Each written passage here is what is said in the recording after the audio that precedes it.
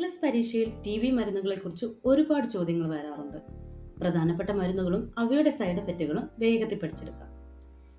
മരുന്നുകൾ ഓർത്തിരിക്കാൻ ഏറ്റവും എളുപ്പമുള്ള വരി പേഴ്സി എന്ന ഈ മെമോണിക്കാണ്. പേർഷ്യൻ അല്ലെങ്കിൽ പേഴ്സ് എന്ന് ഓർത്തിരുന്നാൽ തന്നെ ഈ 5 മെഡിക്കേഷൻസ് വളരെ എളുപ്പത്തിൽ പഠിക്കാം. പൈരാസെനമൈഡിനും ഇഥാംബ്യൂട്ടലിനും ഒരൊറ്റ കാര്യം മാത്രം ഓർത്തിരുന്നാൽ മതി. പൈരാസെനമൈഡ് എടുക്കുന്നുണ്ടെങ്കിൽ ധാരാളം വെള്ളം കുടിക്കുക. Ethambutol E4I, think eye, watch for optic neuritis, eye checkup നിർബന്ധമാണ്. റഫാമ്പിൻ ഓർത്തിരിക്കാൻ 2 O മാത്രം ഓർത്താൽ മതി. O for orange and O for oral contraceptive. Oral contraceptive efficiency കുറയ്ക്കുന്നത് കൊണ്ട് 2 പിൽസെങ്കിലും എടുക്കാൻ പറയണം. ബോഡി സെക്രീഷൻസ് ഓറഞ്ച് നിറമാകും. സ്ട്രെപ്റ്റോമൈസിന് 2 പ്രധാനപ്പെട്ട കാര്യങ്ങളാണ് ഓർത്തിരിക്കേണ്ടത്. നെഫ്രോടോക്സിക് ആണ്, ഓട്ടോടോക്സിക് ആണ്.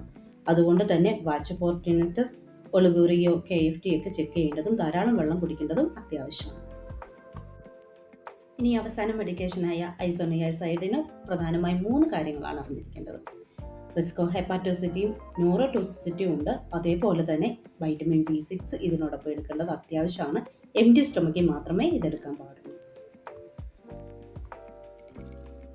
മെഡിക്കേഷന് സേഫ്റ്റിക്കായി ഈ കാര്യങ്ങൾ മസ്റ്റായിട്ട് അറിഞ്ഞിരിക്കണം. ഇത് കോമ്പിനേഷൻ തെറാപ്പി ആയതുകൊണ്ട് തന്നെ 6 to 12 months കണ്ടിന്യൂസ് ചെയ്യണം.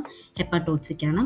സ്കിന്നിൽ എന്തെങ്കിലും യെല്ലോയിഷ് കളറോ പെയിനോ സ്വെല്ലിങ്ങോ ജോയിനിലോ ലോസ് ഓഫ് അപ്പറ്റൈറ്റോ മലൈസോ ഒക്കെ ഉണ്ടെങ്കിൽ ഇത് കോംപ്ലിക്കേഷൻ ആണ്. മസ്റ്റായിട്ട് ഡോക്ടറിനോട് റിപ്പോർട്ട് ചെയ്യുക. അപ്പോൾ നിങ്ങൾക്ക് ഈ വീഡിയോ ഇഷ്ടമായെങ്കിൽ ഷെയർ ചെയ്യുക, സേവ് ചെയ്യുക, നിങ്ങളുടെ അഭിപ്രായങ്ങൾ അറിയിക്കുക. Thank you.